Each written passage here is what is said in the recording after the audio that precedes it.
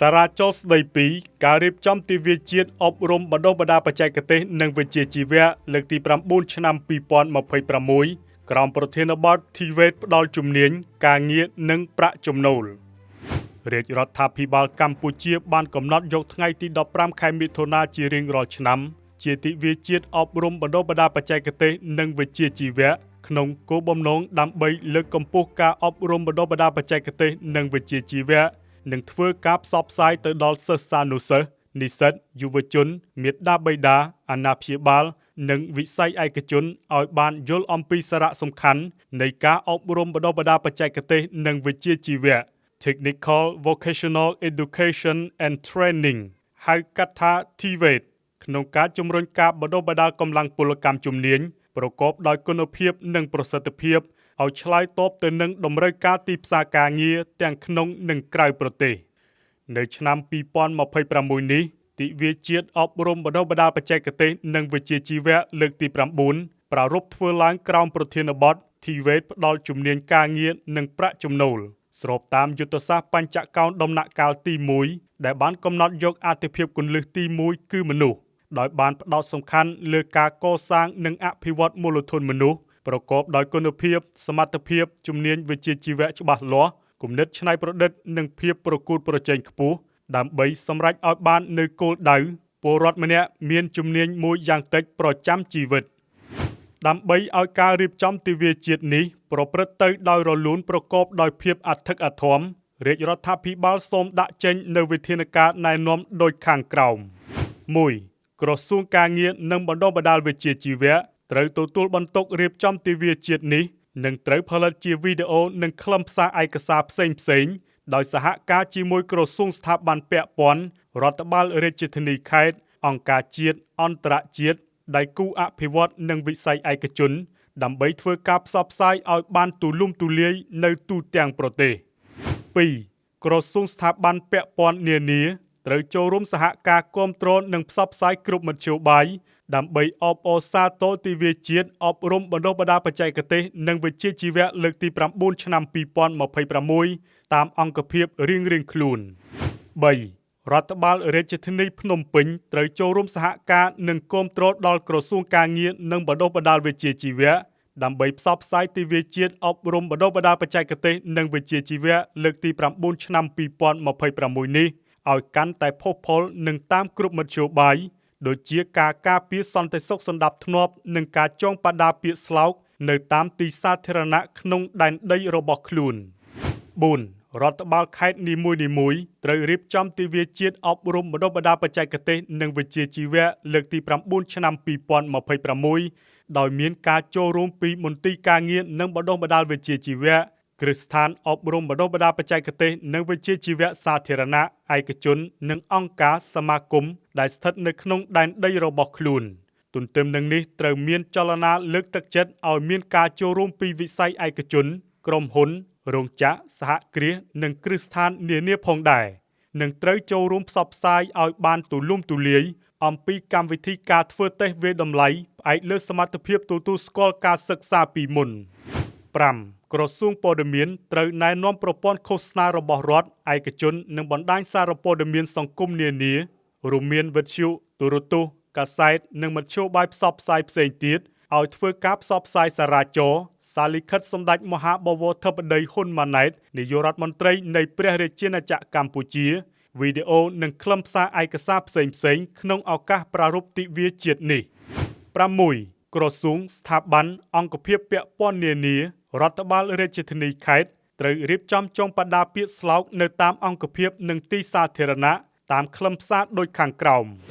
អបអរសាទរទិវាជាតិអប់រំបណ្ដុះបណ្ដាលបច្ចេកទេសនិងវិជ្ជាជីវៈលើកទី9ឆ្នាំ2026 TVET ផ្ដល់ជំនាញការងារនិងប្រាក់ចំណូលសម្ដេចធិបតីផ្ដល់ឱកាសថ្មីលើវិថី TVET សម្ដេចធិបតីជាក្តីសង្ឃឹមរបស់យុវជនគ្រប់គ្នា TVET ជាស្ពានចម្លងយុវជនឲ្យឆាប់ទទួលបានការងារសមរម្យ TVET ជាស្ពានចម្លងយុវជនទៅកាន់ឱកាសការងារសកលនិងភាពធន់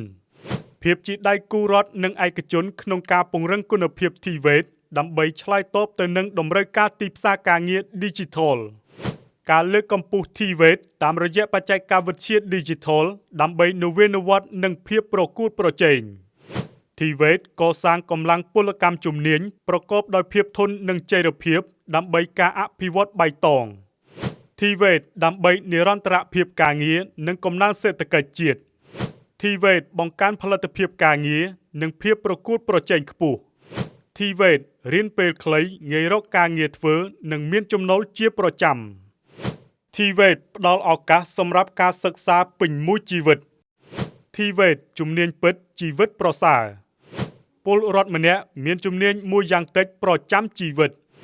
លើកទឹកចិត្តស្ត្រីនិងជនជាតិដើមភាគតិចរៀនជំនាញបច្ចេកទេសនិងវិជ្ជាជីវៈឆ្លៀតក្នុងឱកាសនេះដែររាជរដ្ឋាភិបាលសូមអំពាវនាវដល់ក្រសួងស្ថាប័ននិងភាគីពាក់ព័ន្ធដូចខាងក្រោម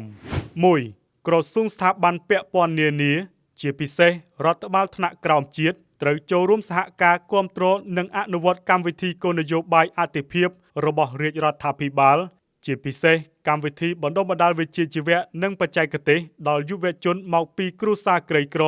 និងគ្រួសារងាយរងហានិភ័យ TVET 1.5 លាននាក់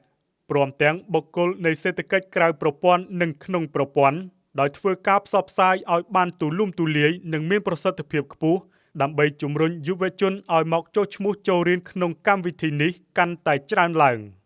2. គ្រឹះស្ថានអប់រំបណ្ដុះបណ្ដាលបច្ចេកទេសនិងវិជ្ជាជីវៈទាំងអស់ត្រូវជំរុញគ្រូបច្ចេកទេសឲ្យបង្កើនការស្រាវជ្រាវនិងកិច្ចសហការជាមួយសហគ្រាសគ្រឹះស្ថានវិស័យឧស្សាហកម្មដើម្បីទទួលបាននូវចំណេះដឹងថ្មីៗទាក់ទងនឹងបច្ចេកវិទ្យាចុងក្រោយដែលជាតម្រូវការទីផ្សារការងារជាក់ស្ដែងហើយធ្វើការផ្ទេរចំណេះដឹងទាំងនោះតាមវិធីសាស្ត្របង្រៀនថ្មីៗប្រកបដោយប្រសិទ្ធភាពក្នុងការជួយបង្ហាត់បង្រៀនដល់សិស្សនិស្សិតឲ្យងាយយល់ស្រួលចាំឆាប់ចេះនិងអាចអនុវត្តបានប្រកបដោយគុណភាពខ្ពស់ 3. សហគ្រាសគ្រឹះស្ថានទាំងអស់ចូលរួមគាំទ្រនិងសហការជាមួយក្រសួងការងារនិងបណ្ដុះបណ្ដាលវិជ្ជាជីវៈផ្ដល់ឱកាសដល់សិស្សនិស្សិតបានចុះអនុវត្តកម្មវិធីហាត់ការនិងកម្មសិក្សា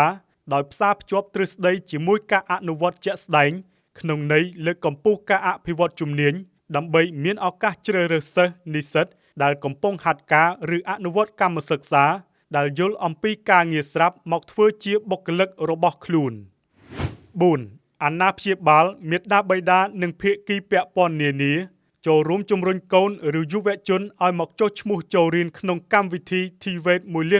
ននាក់និងលើកទឹកចិត្តពួកគាត់សិក្សាកម្មវិធីនេះឲ្យបានចប់សពគ្រប់ស្របតាមអភិក្រមរបស់សម្ដេចធិបតីរៀនឲ្យចប់ឲ្យចេះឲ្យមានការងារ 5. យុវជនសាធារណជនជាពិសេសបងប្អូនប្រជាពលរដ្ឋនិងអតីតពលករវិលត្រឡប់មកពីប្រទេសថៃអាចស្វែងរកសិក្សាជំនាញបច្ចេកទេសនិងវិជ្ជាជីវៈការធ្វើតេស្តវាយតម្លៃទទួលស្គាល់សមត្ថភាពនិងឱកាសការងារដោយតាក់ទងមកក្រសួងការងារនិងបណ្ដុះបណ្ដាលវិជ្ជាជីវៈតាមរយៈប្រព័ន្ធឆ្លើយតបបន្ទាន់1297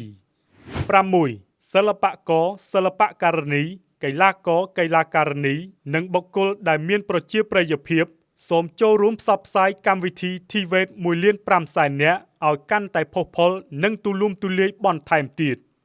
7. លោកគ្រូអ្នកគ្រូសាស្ត្រាចារ្យសិស្សនិស្សិតអាណាព្យាបាលមាតាបិតាកម្មករនិយោជិតនយោជកអង្គការមិនមែនរដ្ឋាភិបាលដៃគូអភិវឌ្ឍនិងបងប្អូនជនរួមជាតិទាំងអស់សូមចូលរួមនិងផ្សព្វផ្សាយទិវាជាតិនេះឲ្យបានផុសផុលឱឡារិកនិងអធិកអធមទូទាំងប្រទេសទទួលបានសារចរណ៍នេះទីស្តីការគណៈរដ្ឋមន្ត្រីគ្រប់ក្រសួងស្ថាប័នរដ្ឋបាលរាជធានីខេត្តត្រូវផ្សព្វផ្សាយនិងអនុវត្តឲ្យមានប្រសិទ្ធភាពនិងដោយស្មារតីទទួលខុសត្រូវខ្ពស់ថ្ងៃប្រហ័ស12កើតខែចេសឆ្នាំមមីអដ្ឋស័កពុទ្ធសករាជ2570ធ្វើនៅរាជធានីភ្នំពេញថ្ងៃទី28ខែឧសភាឆ្នាំ2026ហត្ថលេខានិងត្រានាយករដ្ឋមន្ត្រីសម្ដេចមហាបវរធិបតីហ៊ុនម៉ាណែត